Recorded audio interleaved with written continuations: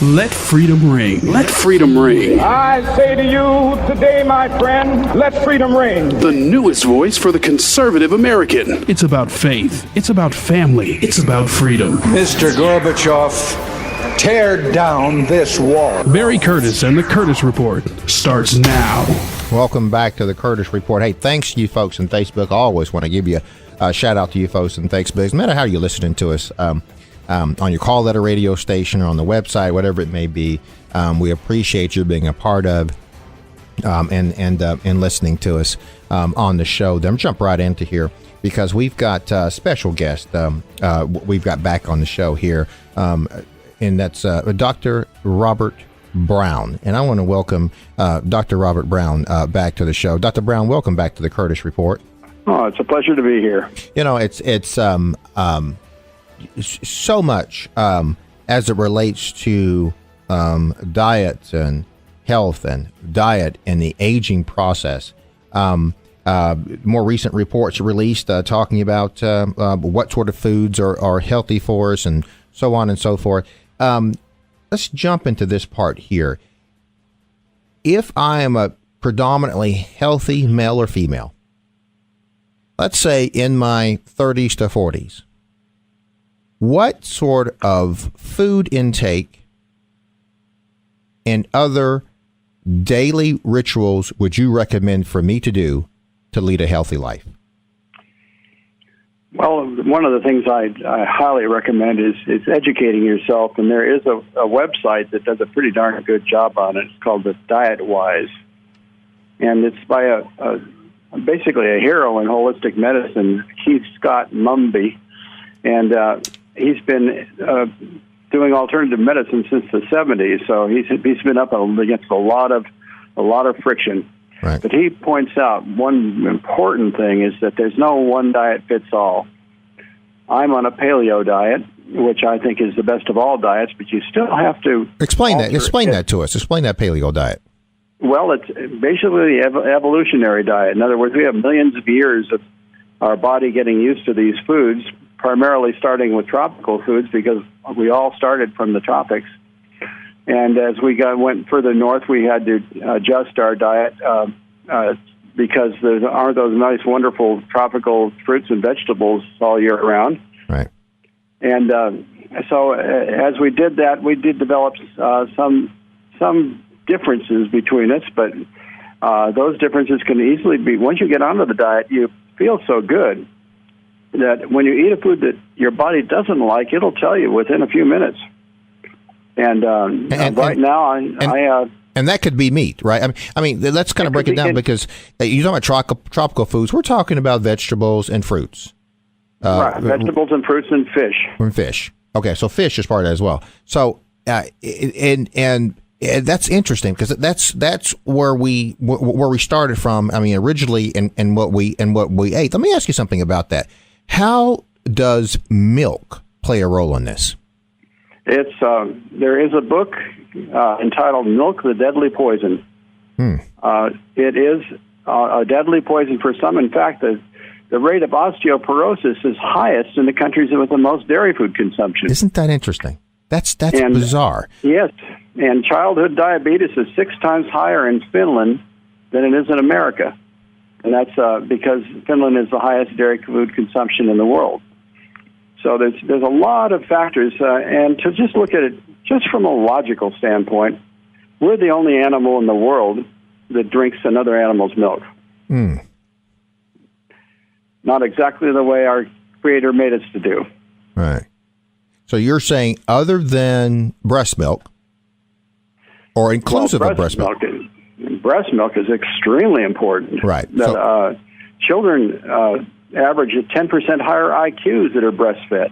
Isn't that bizarre? But so you would advocate not having your children on milk at all or the nursing mother. Right. Interesting. Very good. Now, on this paleo diet, we moved from tropical foods until we start to kill animals and eat red meat and other white meat. And that has what kind of effect on the diet? Well, wild red meat the kind that we eat. As a caveman, you'd have a heck of a time killing a cow. Right. But they did once in a while, and that's about how often we should have it. I've seen some. So whatever we can chase down in our Toyota is what we should be able to eat. Is that what you're saying? Yeah. Okay. In fact, in looking at some of these Indian diggings around here, they ate a lot of gophers. I mean, it's red meat, but that's about as red as they got. And poultry is rather easy to catch. They just, especially poultry runs on the ground. It does fly, but it prefers to run on the ground, and they would all make traps for it. So for millions of years, we've been eating poultry. Yeah. So it's as a matter of the evolutionary process, as a matter of just things just naturally happening. The fact that we can't run after and catch a buffalo by hand is probably. I mean, you're. Is it safe to say that's a natural? That's a natural defense of us not eating it. Yeah, that's exactly right. Yeah. That's okay. What like rabbits and so forth, we could catch, but those big animals, we had more danger of us getting killed by them than we killing them. Absolutely. So we've got more of fruits, vegetables. Tell us about grains and processed grains and enriched grains. How does that fit? Grains only came around about 8,000 years ago to start with, as far as farming, and it was a farming evolution or revolution that caused it. And if you study archaeology, the Egyptian farmers were some of the most unhealthy people in the world because they lived on grains, and that's the first sign of the damage that grains do. Now there's a book called Grain Brain that is a bestseller that talks about how it accelerates the aging process, especially whole grain wheat can cause severe wrinkling of the skin as you get older. Wow. Yeah. So the perfect diet would be for you what? What on a daily basis would you recommend an individual consume? Well, I recommend not a lot of the fruits as we have. The tropical fruits are better for you than the peaches and pears and apples. The juices of the fruits are not good for you because they give you a very high amount of fructose sugar in your blood, which our bodies can't. They just transform into liver fat. Right. White meats and vegetables and roots. All winter long, that's all caveman had to eat is roots, pretty much, and berries and nuts. What are switching gears just for a little bit here? Running out of time, just a couple more minutes left. As it relates to holistic medicine and holistic thinking, what items or what preventative measures can we take on a day-to-day basis that can be the most useful? What one or two things could be the most useful holistic-wise that we could do? The best thing you can possibly do is to go on the internet and look up inflammatory foods and keep them out of your diet. Sugar is number one. Rice is right there with sugar. You want foods with nutrition, not empty calories.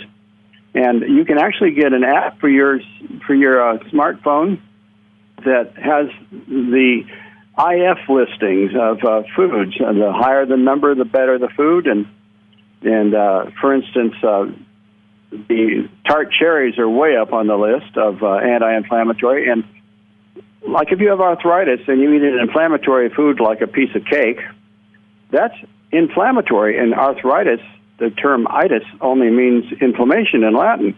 And it means inflammation of the joint. So if you eat an inflammatory food, the pain's going to get worse. In fact, in any state where you're injured or anything, the pain will get worse with the higher inflammatory index foods you eat. Unbelievable. Dr. Brown, how can we get a hold of you or get some of your literature? I have a website that's my book is entitled Why, the Question That Could Save Your Life, and it's called Dr. Brown Why. All small letters, just drbrownwhy.com. and I will be blogging on that. And I'm just about to start up a YouTube, and with lectures to designed to certain audiences in how to live right and how to get out of disease, and how to cure cancer. Amen. Dr. Robert Brown, and he will be on our website, How to Reach Dr. Brown. There'll be links up there for Dr. Brown's books and to get to Dr. Brown's website, as well as we hope Dr. Brown's going to be contributing a blogger and editor to the Curtis Report as well. We hope that he'll be writing some things in the future. Always a fascinating discussion. Dr. Robert Brown, welcome, and we appreciate you being part of the Curtis Report, and we hope that you come back. I will. Thank you. I enjoyed doing it. Thank you, Dr. Robert Brown, and we'll be back with more of the Curtis Report in just a moment.